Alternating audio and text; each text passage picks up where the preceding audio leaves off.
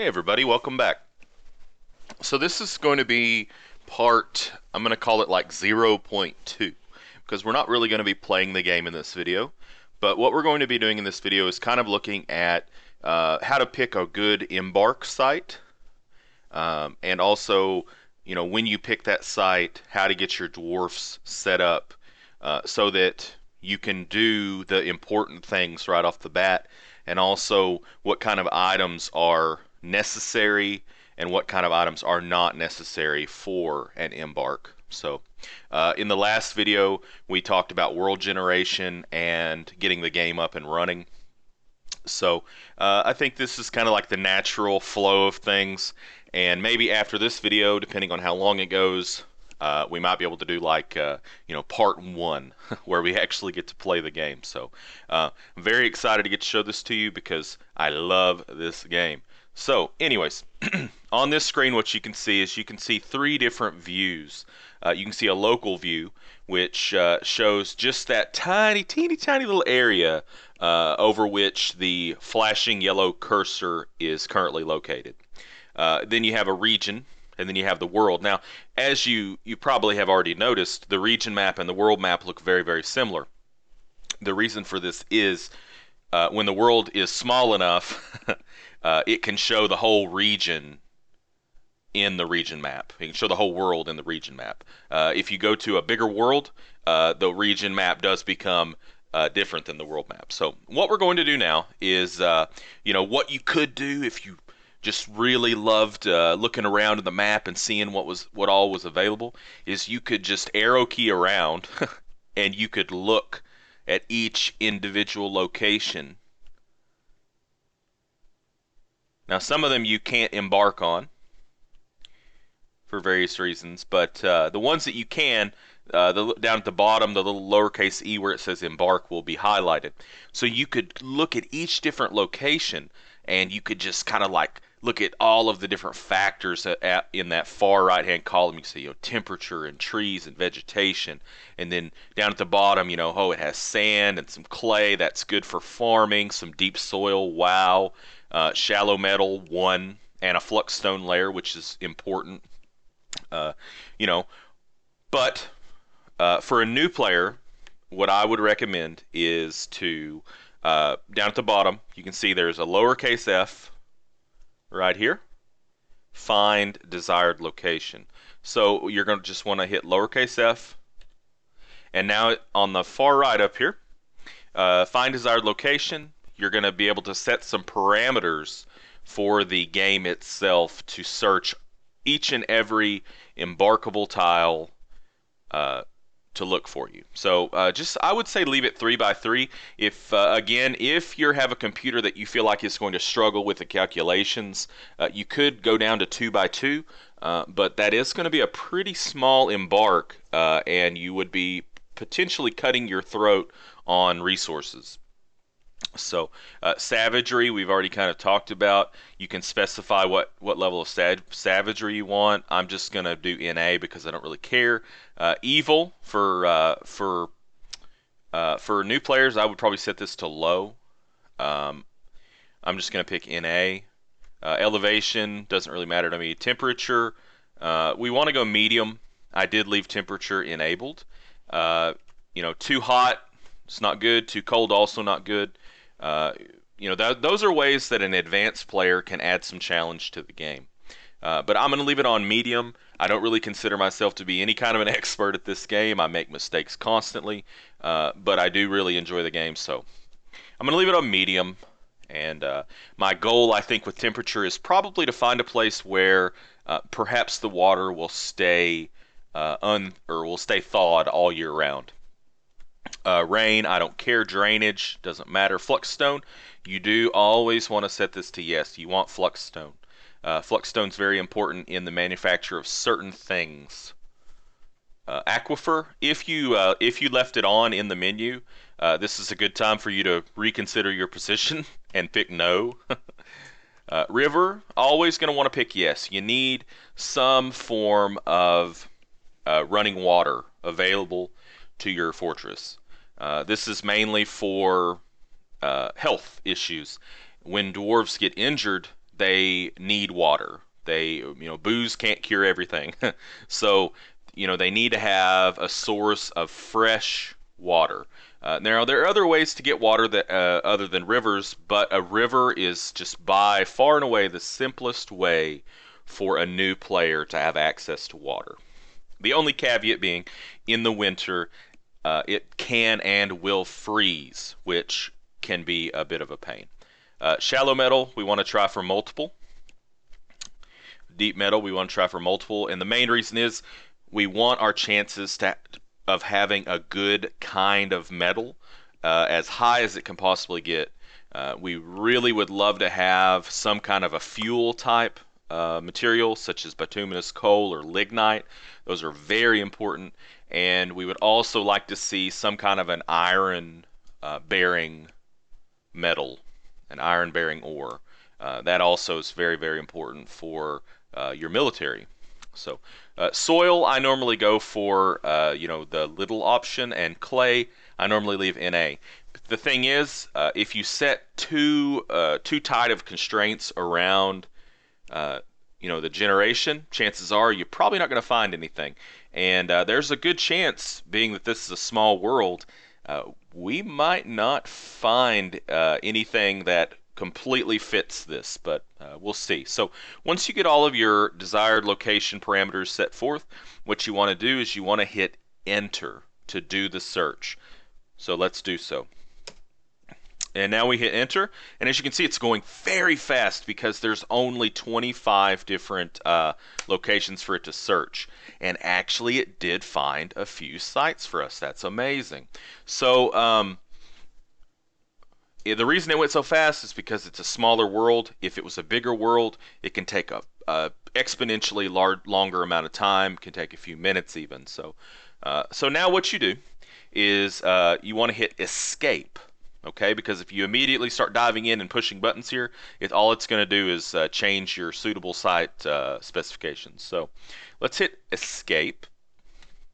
And now what we can do is we can move our little blinking yellow cursor that's in the middle of the ocean to one of these blinking green dots. So we can look around. One thing that I like to do first before I choose even a site to look at is I like to look and see what dwarven civilizations are available to me because I usually pick which civilization to be a part of based on name. If I find a name that I think is particularly humorous or apt, I'll often go with that name. So to do that, what you want to do is hit tab. That is called change mode. And as you can see, it'll do more than just show civilizations. If you hit tab once, it'll show your neighbors for that particular spot that you have chosen. So in the middle of the ocean, our only neighbors would be dwarves. Okay. We can pick from two civilizations, the long page or the circumstantial stake. And if you look at the world map, I don't know if it shows it on the region. No, I think you have to look at the world map. If you direct your attention to the world map, if you look right here, you can see that dwarven symbol is now highlighted blue. That means that is a settlement for that civilization. Let's look at long page. So long page is I'm actually not seeing it. Are you? It could be a situation where the settlement itself for this civilization hasn't grown big enough to the point to where it actually has a big enough cluster where it shows on the map. Could be that this civilization has actually been wiped out. That is a possibility, and if that were to happen, basically you immediately on embarkation become the monarch of that civilization. Both good and bad. Yeah. So because if we look over here at our regional map, there's a few more things that are shown. We can definitely see that there are some dwarves here, but they do not show up under the civilization. So I'm thinking that this might be the long page, and over here might be the circumstantial stake. So I think what we're probably going to do is we're going to designate our civilization to be the long page, just simply because it seems like we have a higher concentration of suitable sites over here on this little landmass versus over here. So let's just take a look. Now, typically, when I'm looking around, I like to check out sites in mountains first. So if we look at our local, you can kind of get a little bit of an idea. It looks like the river is coming in from the northeast. It looks like we've got some mountain here, and this I think is grassland. What you can do is you can hit. Do I have that in the right spot? I do. Okay. You can hit. Let's see. Oh, I'm sorry. I need to hit tab a few more times. Okay, you can see elevation. Yeah, okay. So now what you want to do is you want to check out the different biomes that are available within your embarkation spot. So our first biome is named the Tower of Fainting. It's a mountain. The temperature's hot, which isn't necessarily good. No trees, no vegetation, and the surroundings are wilderness. We can deal with that. It has a brook, the Hex of Thrones, and within this this part of the embarkation, there is sand, which is useful. Shallow metals, plural, good. Deep metals, plural, very good. And fluxstone layer. Let's look at our next biome by hitting F2, and you can see that option right here.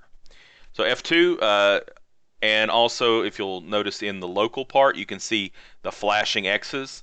That denotes that that is the parts of that biome. So you can see that right here. See, this site will be where we would embark. This part of our embark will be this biome. So the labyrinthine hill. It's a temperate grassland. It's also hot. It's sparse on trees, moderate vegetation, wilderness, still with the Hex of Thrones, okay? And this place has sand, clay, little soil, shadow metal, shallow, not shadow, deep metals, and a fluxstone layer. So that sounds pretty good. Let's look at the last biome. Ooh, okay. So that's going to be coming in right here with the brook. It's a brook that's running through a desert, actually Badlands. It says, the geared desert of drumming.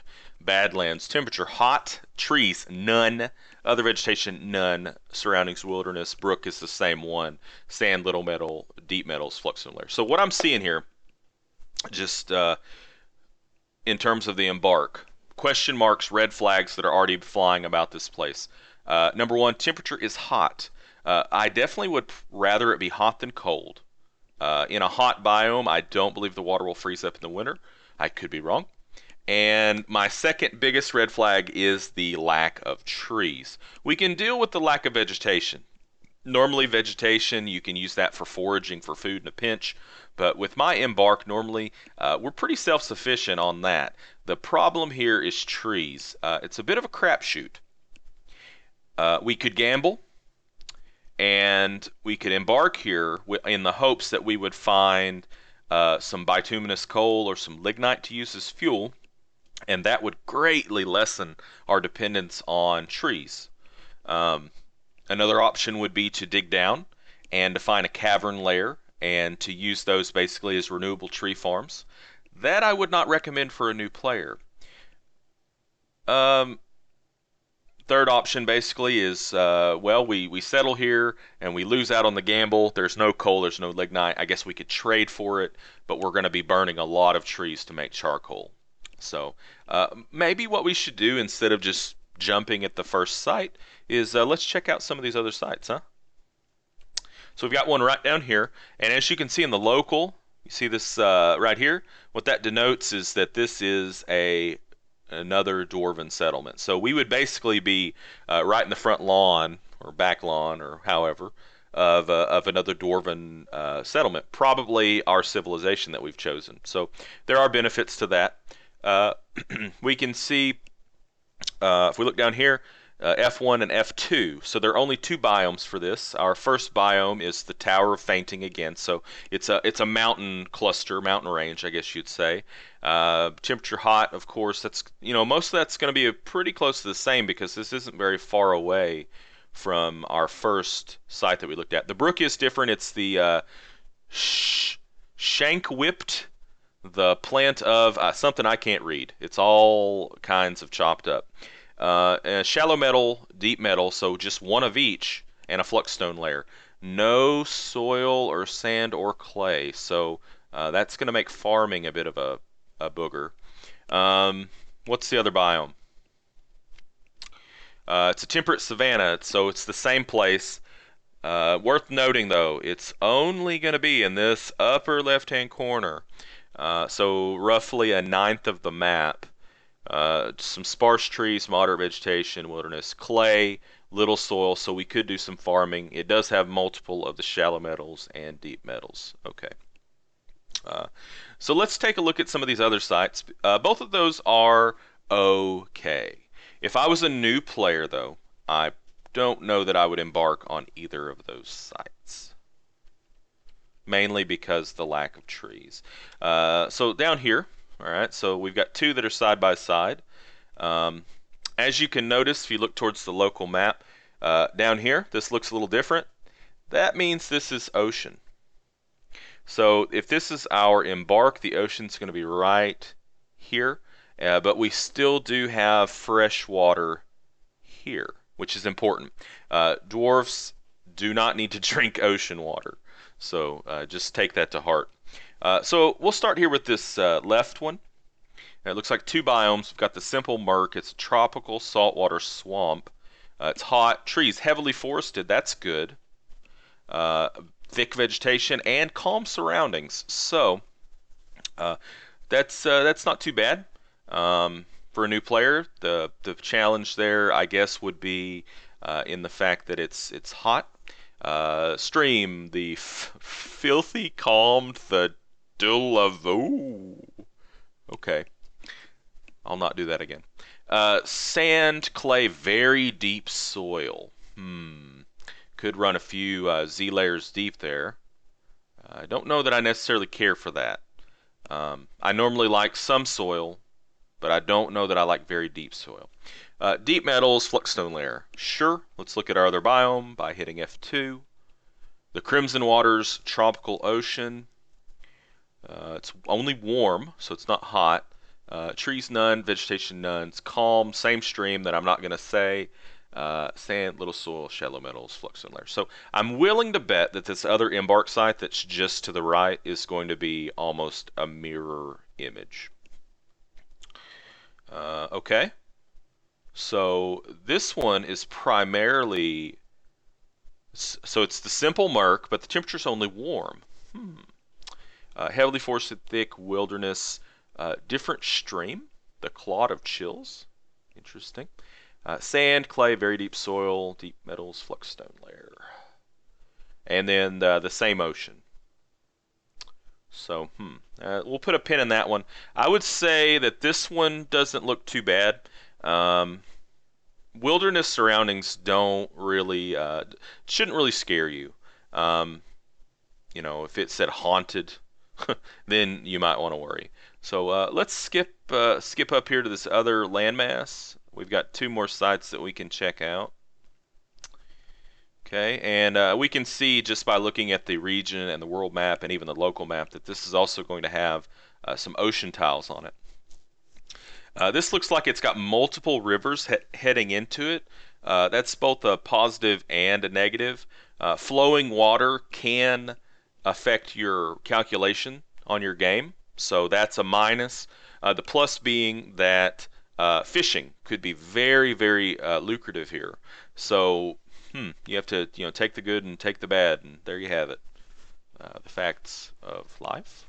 Anyways, the Forest of Warriors. I like that name. It's a very good name.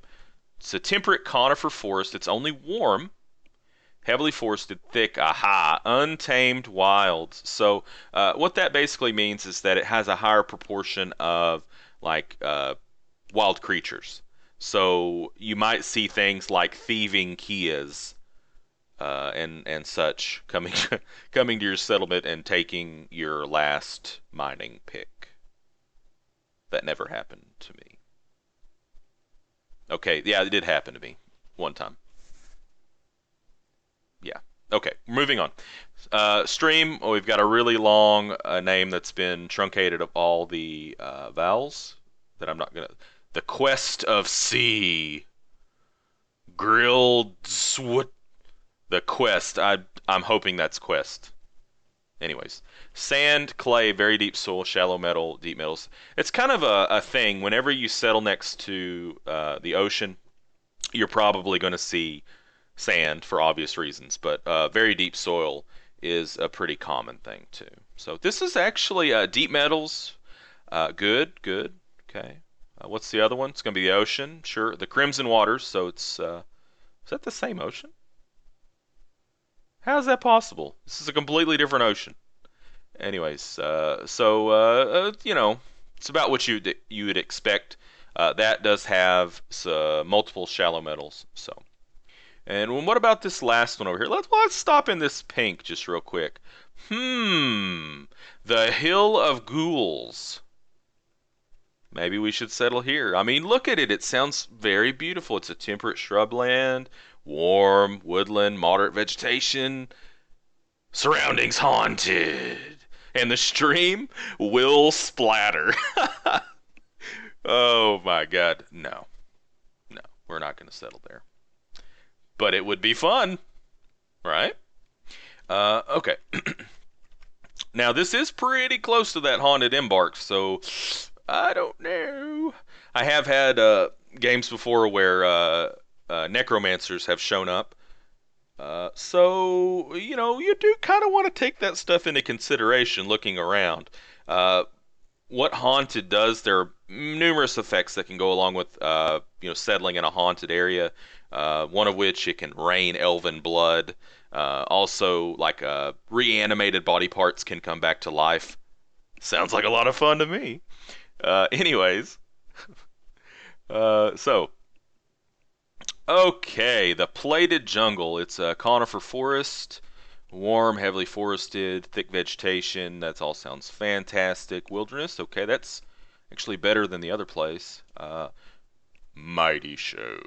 Sand, very deep soil, deep metals, flux stone layer. Next biome's going to be the ocean. Again, the Crimson Waters. So they just named all water the same thing. I see. Going with what I have seen here on these, um, on these six, I think, Embark sites, uh, I think we can definitely rule out these two and this one. Don't really like the temperatures down here. This one is just a wee bit too close to the haunted for me. Even if somebody else maybe who watched this video could chime in and say, could that happen? Could some haunted stuff make their way over here? But that's really pretty close. And so that leaves us with these two and this one. Now, if you remember, these two were kind of a crapshoot because of the wood situation. And as a new player, I do not recommend going into a game that doesn't have a good amount of wood. You're going to want to have some wood. So I think that just leaves us with this site right here.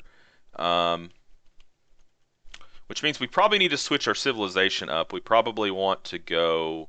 Oh. Elves? We're at war with the elves? Okay. I've never seen that before. I guess we chopped down too many trees. Um, we're gonna... Looks like I missed one of the Embark. Looks like there's one up here. Let's check this one. Maybe there's no elves up here. Oh, still at war. Anyways. Okay, so this one, two biomes. Hills of Autumn. Temperate temperature, which is good. Although water can freeze in the winter. Um, looks like, what is... Ah, look in the local. You know what those are? Those are goblins. You can see the goblins are right there. Stream name Romance Blunt. Hmm. I don't think we're gonna settle here, guys. I don't like being that close to the goblins. I think we're gonna have to just toss the dice here because I think regardless of where we settle, we're gonna be at war with the elves. Yeah, it's just gonna happen. And I'm not sure how that's gonna affect the yearly caravan that the elves would normally send in the spring. I guess we'll see how it plays out. So neighbors, we've also got some goblins and dwarves and humans. We're going to switch over to the circumstantial stake because I think they're closer. Don't know if that really has any effect, but whatever. And I think this is going to be the site that we pick. Um, Really, the only concern is, I guess, the untamed wilds, I suppose, and that's not even really a concern. We have multiple metals. We're going to be able to farm. We're going to have fresh water, plenty of trees. I mean, we're still going to cross our fingers and hope, really hope, and maybe sacrifice a chicken, maybe two chickens, to get some sort of a fuel. Because it just makes things so much easier. You don't have to worry about going down to the magma and having lots of fun. Anyways, we will. We're gonna start talking about that stuff another time, not right now. So I'm gonna put a cut in here, and what's gonna happen is we're gonna embark, and in the next video, which is gonna be 0.3. I'm going to show you how I get my dwarves set up for embarkation. And maybe then, for the fourth video, we'll actually start playing. Thank you so much for joining me. It's been a pleasure, as always. And until next time, get your game on.